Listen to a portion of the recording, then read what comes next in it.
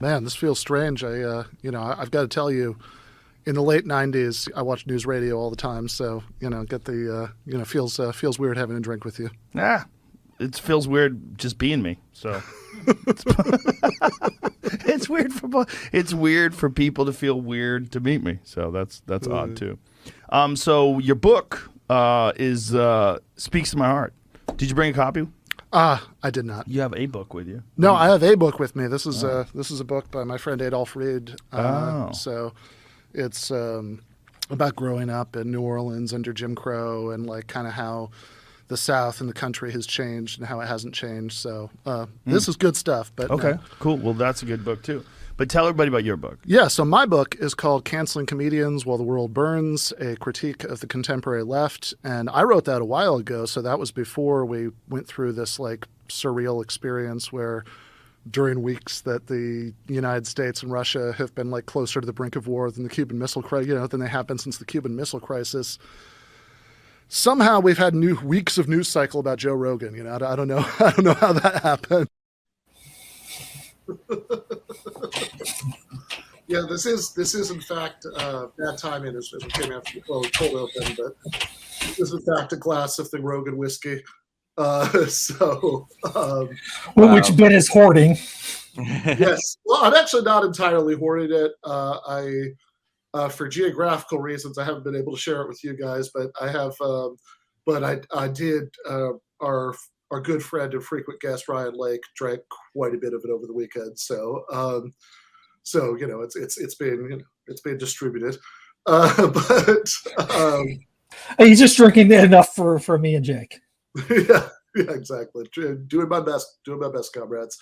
But yes. So I am Ben Burgis. This is Give Them an Argument. I am joined as always by our producer Jake Appett, whose day job when he's not producing the show is union organizer, which is going to be very relevant to what we're doing in the second half of the show, because we have another Jake, this one from the Valley Labor Report podcast, the only, I believe, labor show in Alabama. They say on their website, but very good show. And we're going to be on to do something that's kind of at the intersection of what they do and what we do, which is to say, we're going to debunk the terrible arguments in some anti-union propaganda videos put out by Hershey's and Starbucks and REI. That one's my favorite for reasons we'll see. But before that, we are going to watch some clips because something very strange happened to me on Wednesday, which is that I got to spend 3 hours drinking bourbon and talking about politics with the guy from Fear Factor. Yeah, I maybe similar to some other people. I remember him from Fear Factor, show I liked as a child, and I didn't really keep tabs on the guy. I had nothing against him, and the next thing I knew, he popped up as the most important person on the planet. But like the most important podcaster on the planet, and I was just like, where did this come from? It is bizarre, and he recognizes that it's bizarre that like he's somehow assumed this level of importance that we have like constant news cycles about Joe Rogan. Like I think he thinks that that's strange at least as much as anybody else does. Like where's the Mark Maron news cycle? You know what I mean? Because I thought he was the guy I turned to when I was like, okay, random people, hours and hours by some random comedian interview, and then Rogan just became the guy for that. Even people who aren't huge fans of him that I know are like, yeah, I listen because he just has great guests, So it's pretty wild to see you on there. Yeah. Pretty well. He's absolutely a good interviewer too. Like, credit where credit's due. He's like this generation's Howard Stern. Yeah. That's a good point. Well, so this is our graphic designer, Andy, who is responsible for all those beautiful thumbnails. Although I'm not crazy about that phrase, this generation's Howard Stern, because I remember Howard Stern being on. Like that's not that he ever left, but like I remember Howard Stern, when he was a big deal. But yeah, I do remember him, as I said at the beginning there, from before Fear Factor, because I actually did watch news radio like pretty religiously in the late 90s. It's a good sitcom. Um, Same here. Okay, don't deny that. I love the one where Joe Rogan killed everybody in the future. I think we may be old.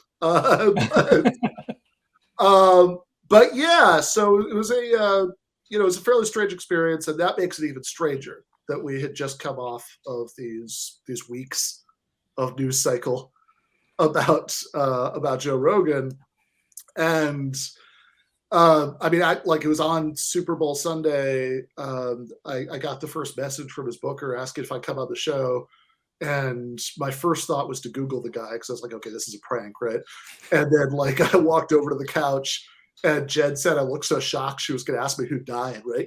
Which is funny because now, online leftists who don't like me are like, oh, clearly Ben had this long plan to get on Joe Rogan. It's like, I didn't fucking think I was going to get on Joe Rogan, right? That's not thought. Ben, come on. We have that Google Doc that with brainstorming ways to get on Joe Rogan that we've been updating for years, secret plans. If we have Lillian on, he's probably, we know he's really into the finer points of Marx's exploitation, so he'll probably see that, and it's all gonna lead, right? The dominoes are gonna fall. Man, to get me on Joe Rogan, you can definitely tell that's why.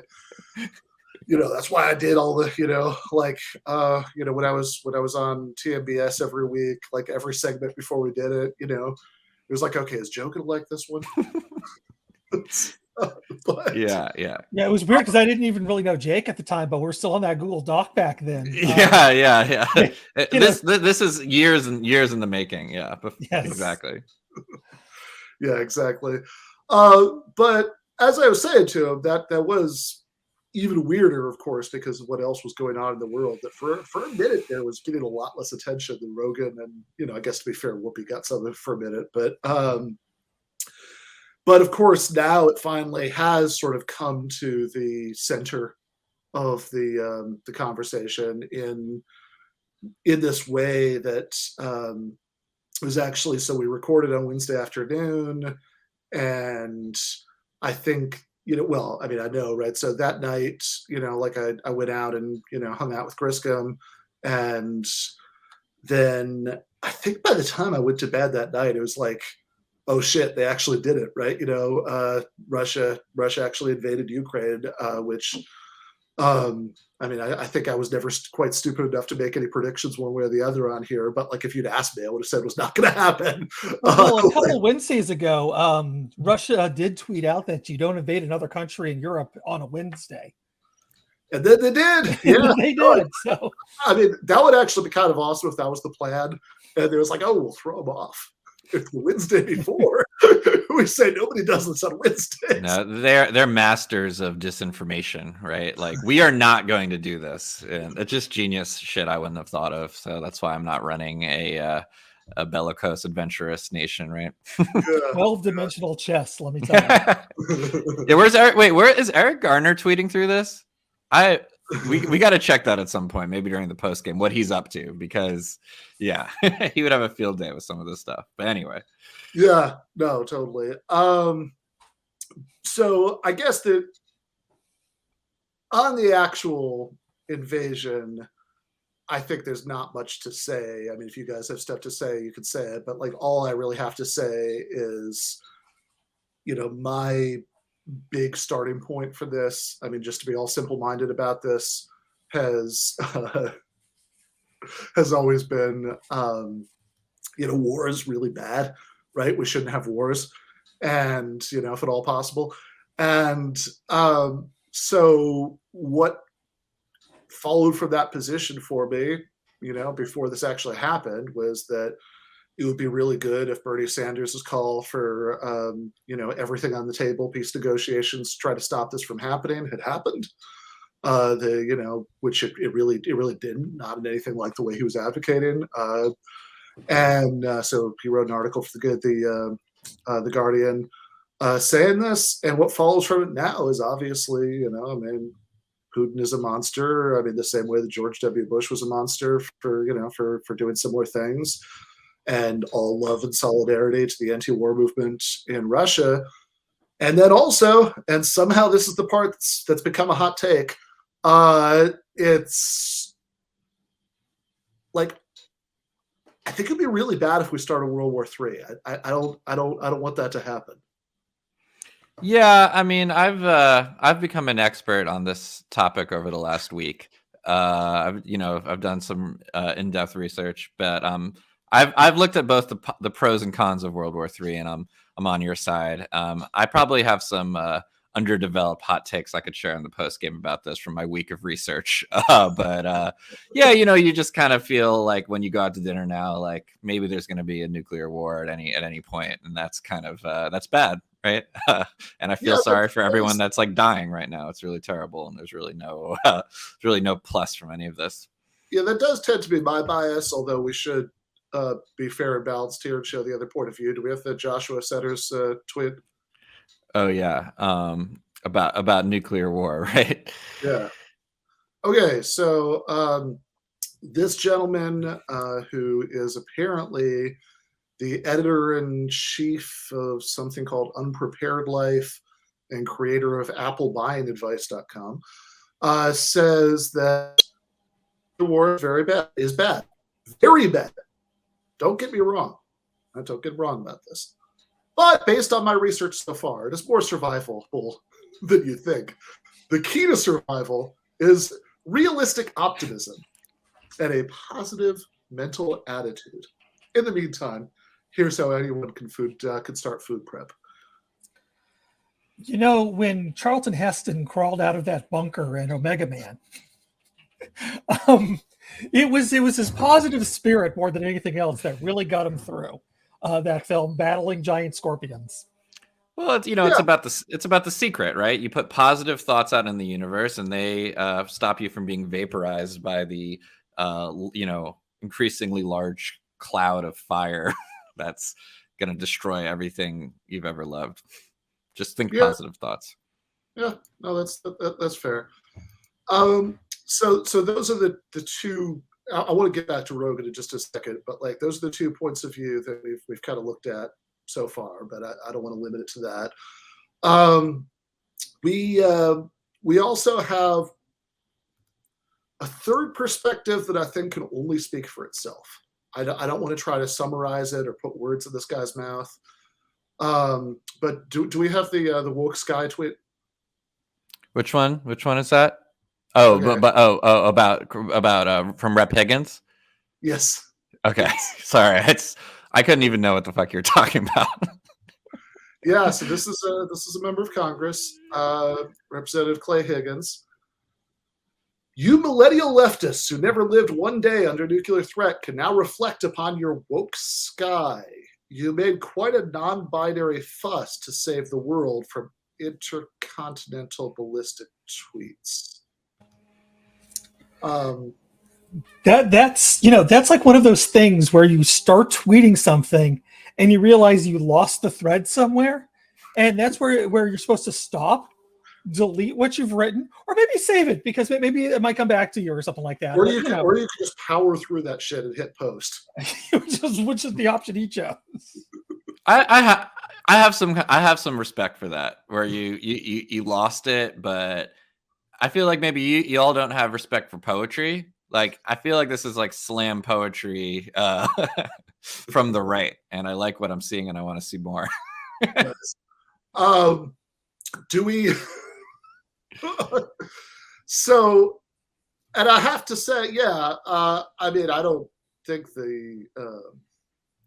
look. I mean, if we do have a nuclear war, then, it takes two to tango. So part of that will be Biden, who I don't think, if you look at some of his, thoughts about corn pop and whatnot, is the most woke person in the world. And I don't think that's ever an adjective I've heard used to describe Vladimir Putin. So I think all around the wokeness element, whatever criticisms you might have of the excesses of wokeness, I really don't think you could blame the impending end of the world on it.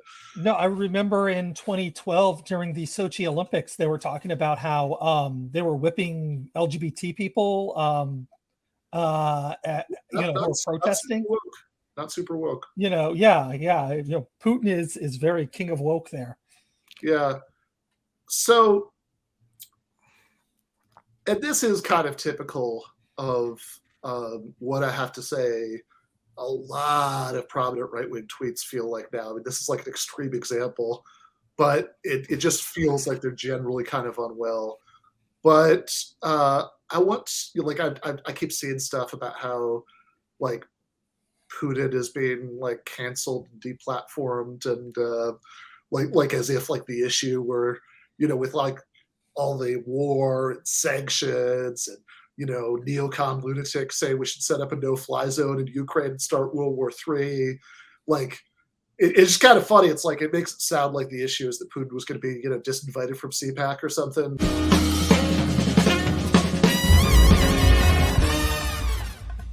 You have been watching free public content from Give Them an Argument. To access every single episode of the show, the main show on Monday nights, all of the streams, all of the debate breakdowns, all of the patron-exclusive post-games on Monday nights, all of the patron-exclusive bonus episodes every week, and much, much more, go to patreon.com/Ben Burgis. I cannot resist ending this with, don't be foolish.